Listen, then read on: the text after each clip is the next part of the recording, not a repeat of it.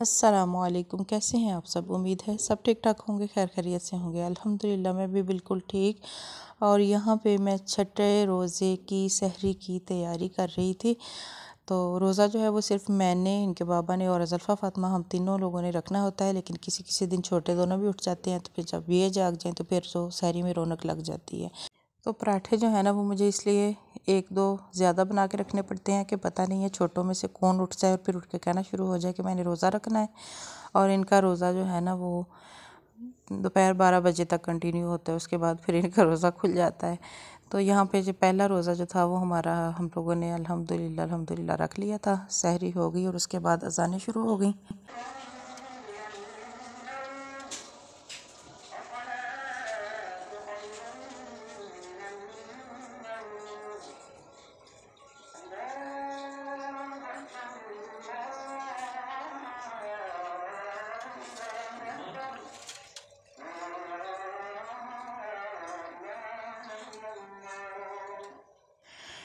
तो माशाल्लाह से अज़ान हो गई। तो उसके बाद फिर मैंने कहा सारे वाले बर्तन जो हैं वो वाश कर लूँ। मैं किचन में बर्तन वाश करने के लिए आ गई। इनके बाबा मस्जिद में चले गए नमाज़ पढ़ने के लिए। उसके बाद अज़ल्फ़ा फ़ातिमा भी नमाज़ पढ़ने लग गई। अज़ल्फ़ा का आजकल ये रूटीन होती है कि एग्ज़ाम्स चल रहे हैं, तो वो सुबह नमाज़ पढ़ के बाद में सोती नहीं है, वो अपना पढ़ती रहती है बेचारी।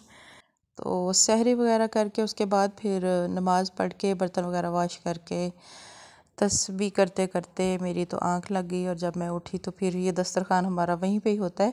ये जब बाद में सो के उठते हैं तो तब मैं सारी चीज़ें उठाती हूँ, बस उस टाइम बर्तन वाश कर लेती हूँ। सो यहाँ पे जो था ना ये फिर समेटी का काम शुरू हो गया। तो फिर मैंने यहाँ पे ये शीट उठाई, इसको साफ़ किया, उसके बाद चटाई उठाई और पूरे घर की सफाई की। पूरे घर की सफाई करने के बाद करते करते मुझे तकरीबन 12 बज जाते, 12 से भी बल्कि एक्स्ट्रा ऊपर ही टाइम चला जाता है। तो सफाई वगैरह करके जब मैं फ़ारिग होती हूँ तो उसके बाद थोड़ा ही टाइम होता है कि ज़ोहर की अज़ानें हो जाती हैं, फिर ज़ोहर की नमाज़ का टाइम शुरू हो जाता है। तो इधर से जी हमारा दूध वाला भी ज़ोहर के टाइम आ जाता है। तो ये दूध भी हमारा आ गया, तो मैंने बॉयल होने के लिए रख दिया। और ना मुझे था मैदा गूंदना था, थोड़ा सा मुझे एक रेसिपी बनानी थी उसके लिए। तो फिर मैंने कहा कि ये भी मैं अभी इतना दोपहर के टाइम में गूंद के रख लेती हूँ। फ्रिज में रखा हुआ होगा अगर पहले से गूंद के, तो फिर उसकी रोटियां जो है वो आटा ज़रा सख्त हो जाता है, तो वो ईज़िली उसके जो भी बनाने हो ना पट्टियाँ या रोटियां या जो भी कह लें, तो वो इजीली बन जाती हैं। तो साथ साथ मैंने फिर अपना घर के लिए जो आटा ख़त्म था सहरी के लिए, मैंने कहा चलें ये भी अभी गूंद लेती हूँ। शाम में इफ्तारी के बाद भी अगर किसी को खाना खाने की ज़रूरत पेश आए, किसी को रोटी की तलब हो, तो रोटी बना लूँगी। तो चलें आटा जो है ना वो गूंदा पड़ा हुआ हो। दूसरी साइड पे आलू भी बॉईल हो गए। यहाँ पे शाम का टाइम हो गया था, असर की अज़ान होने वाली थी। तो मैं किचन में आ गई, आलू बॉईल किए, उसमें सुरख मिर्चें, हल्दी, काली मिर्चें, नमक, ये सारी चीज़ें डाली और उनको मैश कर लिया। मैश करने के बाद जो था ना मुझसे हो नहीं रहा था, बाजुओं में दर्द हो रही थी, तो फिर इनके पापा के हवाले किया। मैंने कहा आप इसको मुझे और अच्छे से करके दे। वैसे तो मैंने कोशिश किया लेकिन ना बाजू जो है ना वो साथ नहीं दे रहे। तो उन्होंने मुझे ना फिर इसको और अच्छे से आलू जो थे ना वो फाँ के दे दिए। तो फिर मैंने कहा कि अभी ना मैं इनको बाद में यूज़ करती हूँ, तब तक क्योंकि अभी टाइम है तो मैं तब तक ना फ्रूट चाट का सामान जो है वो तैयार कर लेती हूँ। तो यहाँ पे जी फ्रूट्स की कटिंग स्टार्ट हो गई थी। थोड़ा थोड़ा फ्रूट लेते हैं। अच्छा होता ये है कि शाम में ना अफ्तारी के टाइम पे माशाल्लाह से ऐसी रौनक होती है कि कभी एक नेबर के घर से कुछ आ रहा होता है, कभी दूसरे के घर से, तो फिर ना भी मैं भिजवाती हूँ। तो बस इस तरह ना, इसलिए अफ्तारी जो है ना वो थोड़ा सा होता है कि ज़्यादा थोड़ा सा अपनी ज़रूरत से ना थोड़ा एक्स्ट्रा एहतमाम कर लें।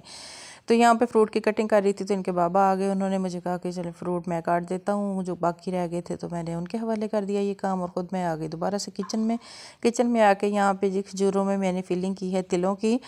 ये ना किसी हकीम ने बताया था कि इस तरह जिनको हड्डियों की कमज़ोरी है वो खजूरों में तिल भर के खाएं तो उनको हड्डियों में जो इतना फ़ायदा होगा ना, इतना फ़ायदा होगा कि मेडिसिन से भी ज़्यादा।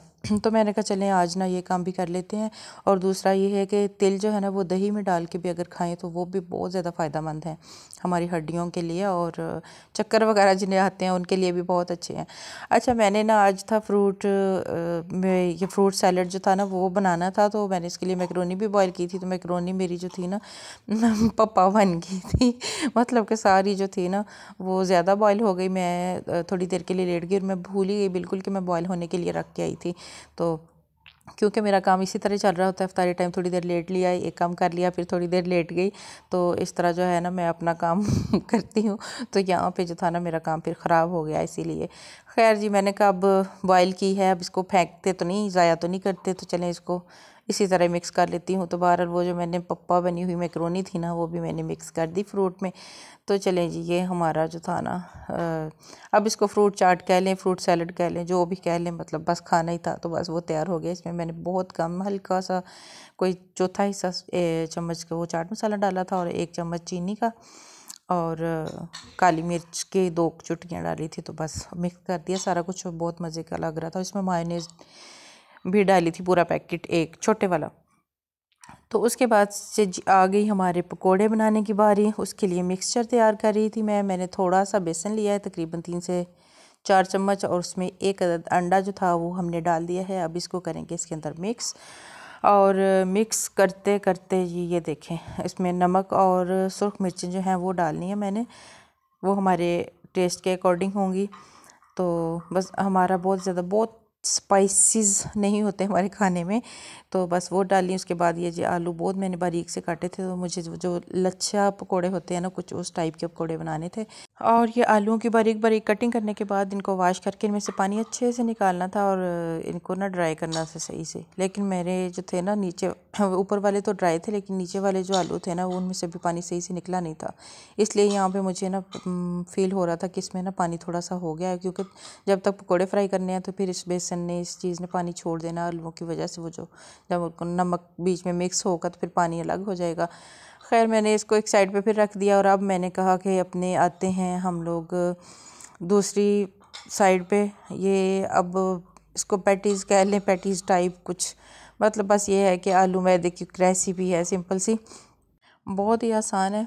इस तरह एक रोटी बेली, उसमें आलूओं की फिलिंग की, जिस तरह पराठे के लिए करते हैं, इसी तरह करके फिर उसको रोल करके, तो ये काट के अलग अलग से इनको इस तरह कर लेना है, और हाथ से करना है। इसको बेलन के साथ भी कर सकते हैं। उसके बाद जी इनको करना है अब हमने फ्राई। ये देखिए फ्राई करते हुए इनकी शक्ल बड़ी प्यारी लग रही थी, ऐसे लग रहा था जैसे बड़ी कोई यूनिक सी डिश बनी है। तो अच्छा, यहाँ पे ना ये सारी इसलिए कंडीशन हुई है कि जब तक मैं ये सारा कुछ तैयार कर रही थी तो मैंने हेल्प ली थी इनके बाबा से कि आप पकोड़े फ्राई कर दे, तो उनको पता नहीं था कि ये जो है ना ये किस तरह डालने हैं ना। फिर उसके बाद खैर, लेकिन फिर भी चले हम कामयाब हो गए थे। मैं जैसे चाह रही थी उस तरह के लच्छे लच्छे दार पकोड़े बने थे हमारे, बहुत ही मज़े के थे। और मैं कहती हूँ इतने मज़े के थे ना कि ज़्यादा ही मज़े के थे। यहाँ पे अफ्तारी जो थी वो हमारी हो गई है तैयार। उसके बाद अफ्तारी की हम लोगों ने दुआ मांगी, नमाज़ पढ़ी, और इस तरह हमारा 6th रोज़ा भी डन हो गया अल्हम्दुलिल्लाह।